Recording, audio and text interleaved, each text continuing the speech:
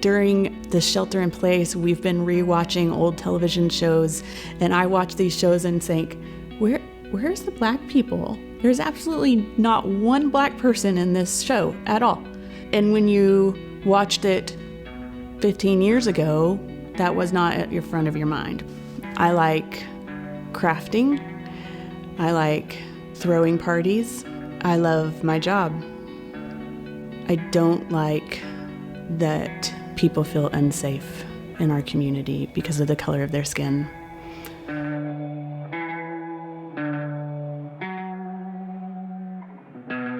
My name is Ashley Brundage. I'm the Senior Vice President of Community Impact at United Way of Metropolitan Dallas. Tell me how racism shows up in some of the work that you do. You can see it in the photographs that they have around their office that don't look like the clients they are serving. It's usually not overt and not coming from a bad place, but it's still racism. We've gotten very intentional about asking around the makeup of boards and leadership in organizations to make sure that that clients can see people like them in professional jobs, and to make sure that they're recruiting mentors that can have some commonalities with the children and students that they're serving.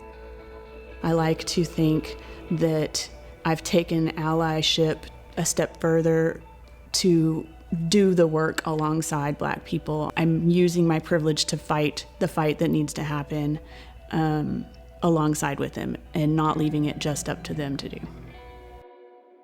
You have to go out and educate yourself, and that's not asking your Black friends to teach you what's right and what's wrong. I think that I've probably spent the past 5 years really diving into a lot of the history and these books that are out there, reading the new Jim Crow and Just Mercy and Evicted. Once you understand, you can help others understand, and you can have the conversations that need to be had with people when they say something like, I wish we weren't erasing history by taking down a Confederate monument or a Texas Ranger statue. I know I didn't become like an anti-racist at 13, but I would call it out when I would see it happening around me. I think the first thing that I can really remember and recall having an impact on my life is the Rodney King LA riots in '92.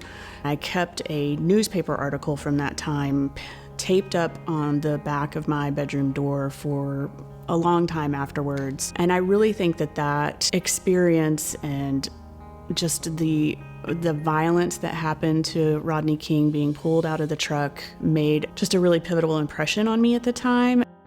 So I think that was really the beginning of my journey.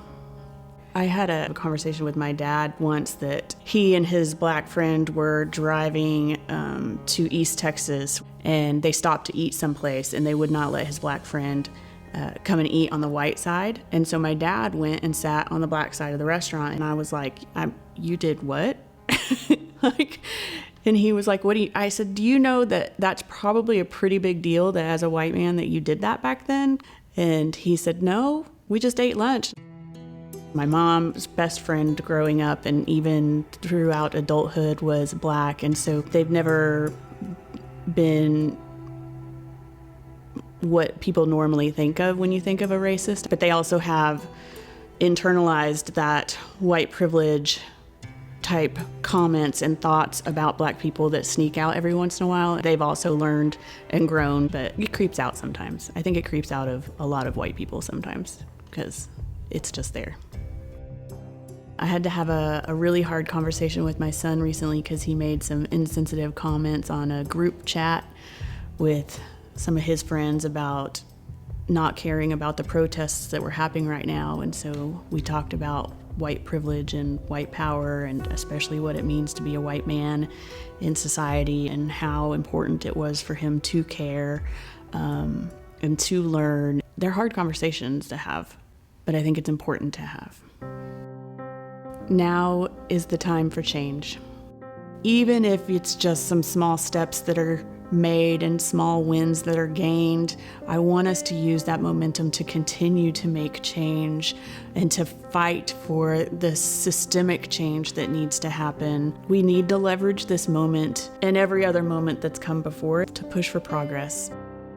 Now that you're paying attention, let's fight racism together. Don't sit this one out.